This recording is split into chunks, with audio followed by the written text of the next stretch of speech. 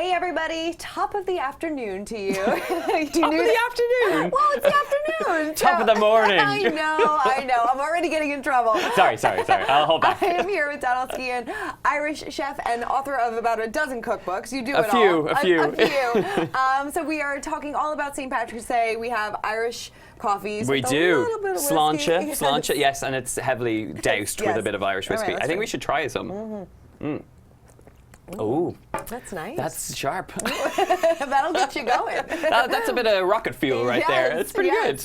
Unfortunately, Donal and I are not wearing green. We aren't, but I have this tiny lapel. Oh, well, see, that's good. Yes. I have nothing. I find when you come to America for St. Patrick's Day, Americans go like crazy for St. Patrick's Day and full green outfits. But I feel like this is enough St. Patrick's for us. Definitely. So back in Ireland, do you guys not wear? Oh, we do, but green? we're just not like we're not kind of like as extreme with it. Yeah. Like we don't dye the river green like they do in Chicago and things like that. But actually, you know, I never look down on it because I think it's such a great, like, what other country gets to celebrate the world over, you know, and celebrate all the things that were fantastic about. Totally. Do people get really drunk?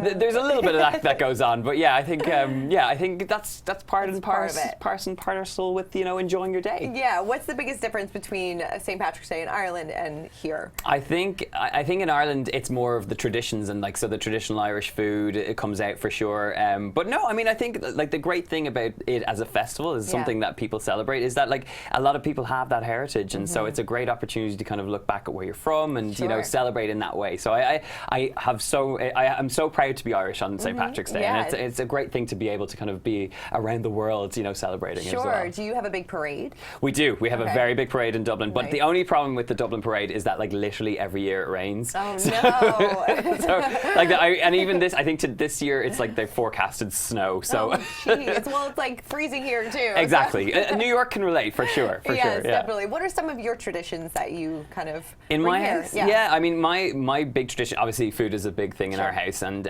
my go-to traditional St. Patrick's Day feast involves Irish stew. My mom's Irish stew. She makes it with like slow braised lamb shoulder, which is like slow and tender and really tasty. With potatoes, I put a potato top on the stew, so you kind of take it out of the oven and it has this gorgeous potato top. You dive down and it's just big bowls of comfort and all things that are gorgeous. Yeah, it's fab. And then an Irish soda bread, which is one of the easiest breads you can ever make. Is it really? It really is. Like it's literally, you know, just about 4 ingredients and it makes the most beautiful bread and with lots of good Irish butter, you can't go wrong. I know, it's so, now I'm starving. Yeah. Thank you. have some coffee, it'll do the job. I think this is a drink that you have to have as well. You got to go the Irish coffee because actually it's quite an easy drink to make and people think it's complicated, but you know, really all you're talking about is a little bit of sweetened coffee, a generous bit of whiskey, and then cream over the top. So it's a lovely little way to finish off a St. Patrick's Day feast. Now I know a lot of people here eat corned beef and cabbage. Yes. Is that something that you guys do as well, or do you not like corned beef and cabbage? So in Ireland we have bacon and cabbage. So I think the corned beef and cabbage thing is an Irish American thing, and actually, they have salt beef is a thing from the south of Ireland. It's quite popular there, but it actually kind of came over with the emigrants and immigrants, and you know, all of a sudden it became a thing that Irish Americans did. And I think I always resisted the whole idea of corned beef and cabbage until I got here. And actually, when you understand the history of it, you know, the pride that comes as being Irish abroad is that like that's an Irish dish. We're having a conversation about, you know, like the fact that pad thai is a dish that isn't necessarily something in Thailand that like the most Thai people eat, but you understand that it's from that area and that it comes from that kind of idea of spreading the love of Irish or not of Thai food. And I think we can relate to that in the fact that like corned beef is, you know, is something that it's not necessarily something we always eat, but you understand that where the origins come from. Yeah, definitely. And congratulations are in order. You just had a baby. Yes. He is adorable. Oh, he's so sweet. And you were just saying he just made his first trip back to Ireland, right? He is. We've just done 6 flights with that baby. That's insane. That's crazy. Which is quite the experience. I mean, he's so cute. Yeah, there he is. He's chilling out on Venice Beach there. That was the biggest. Life. I know. Well, that was the biggest issue. So, like, literally, when he went, we brought him to London first, and he came out of the taxi cab, and the wind whacked his face, and he just started bawling, crying because he's used to like the beautiful, balmy temperatures of Los Angeles. Where are you taking me? Exactly. And so, like, he's completely adapted. My wife has had him in this like snowsuit. It is ridiculous. It's the most ridiculous thing. But yeah, so basically he's adapted to being a Swedish and Irish baby, but now he's going back to LA tomorrow, so everything will be back to normal. Okay. What kind of accent is he gonna have? I have no idea. My wife is speaking. She's Swedish, so she's speaking Swedish to him. I'm speaking English with an Irish accent, and he's surrounded by Americans. So I'm actually quite excited to hear what he's going to sound like. Is he going to be? Is he going to speak Swedish as well? Yeah, that's the aim. Wow. That's why she's speaking to him. And I think that someone was saying that like because you speak two different languages, they actually don't start talking for a little bit later. So I'll be interested if he can actually say any words at all. It'll be it'll be interesting to see what comes out. What's the best thing about being a dad? Everything. I mean, I say that, and I was up at like 4 o'clock this morning with him screaming, but you know. Every moment of just like seeing him develop, and like I was away from him for the first week. I was in London for 7 days, and I came back and like his face had filled out, and he's doing different things. Like he literally started laughing like 3 days ago, and it's just like that amazing feeling of knowing he's growing up and the responsibility you have as a father to shape his world, you know, and do the best you can. And actually, you have a lot of respect for your own parents when you realize that you have no idea what you're doing. In most cases, it's like we're winging it here, but you got to do what you can do, and it's such an amazing ride. Sure. What traditions from your family in the kitchen are you hoping to do with your son in your kitchen? I think just generally cooking in the kitchen, and actually, when I was trying to give like my wife a break, I had the Ergo baby, and I had him like sat on me in the sling, and so he was cooking with me, and he was like only 2 or 3 weeks old, and it was just I felt like the responsibility of like that he has to be part of this, and so definitely I think the tradition of cooking is something I grew up with, and that's how I ended up in the career I'm doing. So I think for sure, I think it's the idea of like getting him around the table, understanding what he's eating as much as I can. I have these high hopes, and then I'll probably end up with a child who doesn't want to eat anything, and it'll be a disaster. Exactly. So I don't know, but fingers crossed. We all you can do is do the best for them. Yes, and then you have a new book out, No Fuss Fast Food. Yes. Tell us all about it. Well, Fresh is the new book at the moment. So Fresh is the book that's out in the US at the moment, and it's all about healthy eating. And it's funny because you know when you're traveling quite a lot, you find it difficult to try and eat well. So Fresh is all about trying to make sure that you kind of get an understanding of finding balance in life and choosing things, because I think everyone has visions of eating healthy. This is my take on it, is that you have to eat delicious food, and so the Fresh is all about delicious recipes that just so happen to be healthy. So for me, I think that ethos is a way that I can consciously, you know, move towards healthy eating. So I think in most cases it has struck a nerve with people, because it is that idea of like you're just eating good food that just so happens to be healthy. What's your favorite recipe in the book? Ooh, there's a delicious recipe for a charred fish and a mango brown rice salad, and it sounds like it's super, but like it's so good. You coat the fish in the spice, you char it till it's like really crunchy and gorgeous on the outside, and then you just toss it through this really fresh tasting rice salad, and it's like it feels like it's not healthy, but it really is. It's really good. That sounds so good. Do you cook every night for your wife? I do my best. She's actually become a really good cook since we met, and so she does pitch in. And actually, my big thing at the moment is meal planning. And well, I'm sure with the baby. Well, this is it. Like, so all of a sudden, slow cookers and meal planning. My world has changed. I thought I was this nice. You know, I was getting really into my food, but yeah, slow cooking, meal planning. I'm doing like making up grains and stuff on a Sunday and having it all through the week. And actually, it makes you a better home cook if you do a bit of prep. So I definitely think that is a good way of kind of approaching cooking at home. And so yes, I'm back to LA tomorrow, and I'm hoping to like just get back. We've been traveling for the last like month and a half, so I just can't wait to be back in my own kitchen and cooking. You're like, I just want to sleep in my own bed. All of that. I don't think our dog is going to like recognize us. He's not even going to remember our names. I'm done with you. Yeah, he's over it. So then what's next when you get back to LA? So I'm just finished writing a new book, which is going to be out in the autumn. The fall.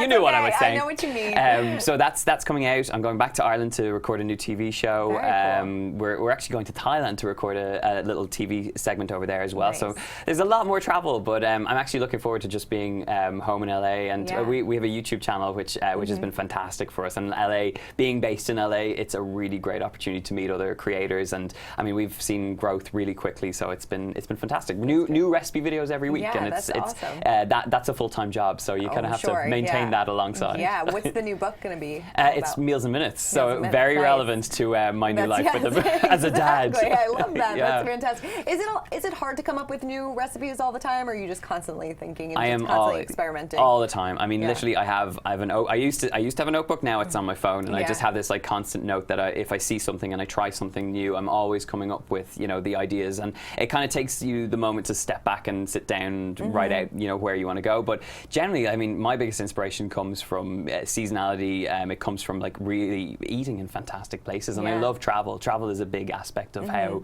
I get inspired. So I think it's often when I look at my cookbooks, like a lot of people expect them to be Irish, and actually there's world flavors from like Mexico and from Thailand, and I like the idea that you can kind of be a little bit of a magpie when it comes to flavor, and you can experiment in ways that you can create food that are accessible, that anyone can make at home, even though it might sound extreme, or it might sound like a Thai dish that you could never make. You can't, my aim is always to make it simple and to encourage people to cook at home, and that's key to it. I love that. That's great. All right, well, I want to play a little game with you. It's called If I Were Irish. I'm very excited about this. Very excited. Okay. I wish I were Irish. That's the game.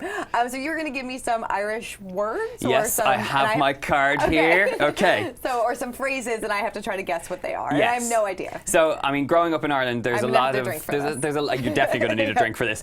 There's a lot of Irishisms that I actually thought... I didn't realize were so foreign to what an American audience would be. So we're going to try some good ones here, and I wish you the best of luck. So here is the first one. I'm going to tell you what it is, and you have to tell me what you think I'm trying to say to you. Okay, so tonight we're going to finish these and go out on the lash. Go out on the lash? Go out on the town? Close. Go to the bar? Yeah. Okay, you're in the right vicinity. Pub? Yeah, okay, so it's basically going out and getting absolutely drunk. Okay, so there'll be, around St. Patrick's Day, there'll be a lot of people going out on the lash. So lash is drunk? Yes. Lash is drunk. That was good. That was good. Thank you. Well, you set it up for me. I feel like I tried to choose ones that I wasn't sure that you'd get. So, okay, you're doing well. Okay, so the next one is a controversial one, and outside Ireland, I think a lot of people think we're a bit insane. But the next one is...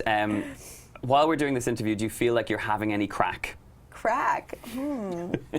Oh, I don't know. Do I feel like I'm having any crack during this interview? Yeah. Would you like to have more crack during this interview? Laughs?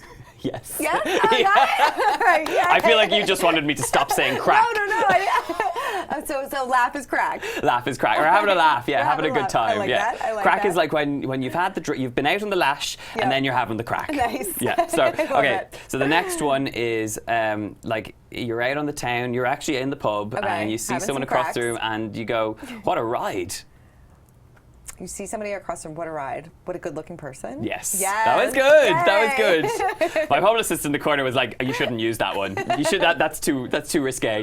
Okay. Next one is after this, I'm going to head to the Jacks. The bathroom. Yeah, that was good. How did you know that one? I'm putting them all together. Did you know? Did I look like I needed the toilet? Do I look like I need the restroom? Maybe I'm sitting too like this. I'm just putting the story together. This is good. Yeah, I didn't realize it was a story, and now it's rolling out to be that way. Actually, now the next one is quite appropriate. You might say about me, he's a bleeding chancer. A bleeding chancer? I don't know. No? A bleeding chancer. Does it have to go back with the other one? Not necessarily. You want me to tell you? Yes, I don't know that one. So if someone's called a bleeding chancer, they're a bit of a dodgy guy. They're kind of like, they're cheeky. Okay, they're cheeky. Yeah. All right. Okay, that's fine. And this one kind of rolls into this one as well. So do you feel I've been acting the maggot? The maggot. The maggot. The maggot. Like a maggot. like bad? Like a little bug. Like, have you been acting the maggot? All right, like annoying? Yeah, you could say that. Okay. Yeah. It was what my mom always said to me growing up. Stop acting the maggot. I love that. And then the last one, which is a favourite of mine because I use it all the time, is that you've got a head like a bag of spuds. Like a bag of potatoes? Yeah. Basically, if you're ugly, you've got a head like a bag of spuds. That's amazing. Because you've got all the lumps and bumps. I quite like that. I love that. Thank you. I think you did very well. Thank you. You did very well. This was so much fun. Well, cheers to you. Thank you. Happy St. Patrick's Day. Happy St. Patrick's Day. Thank you so much. Cheers. All right, thanks everybody. Cheers.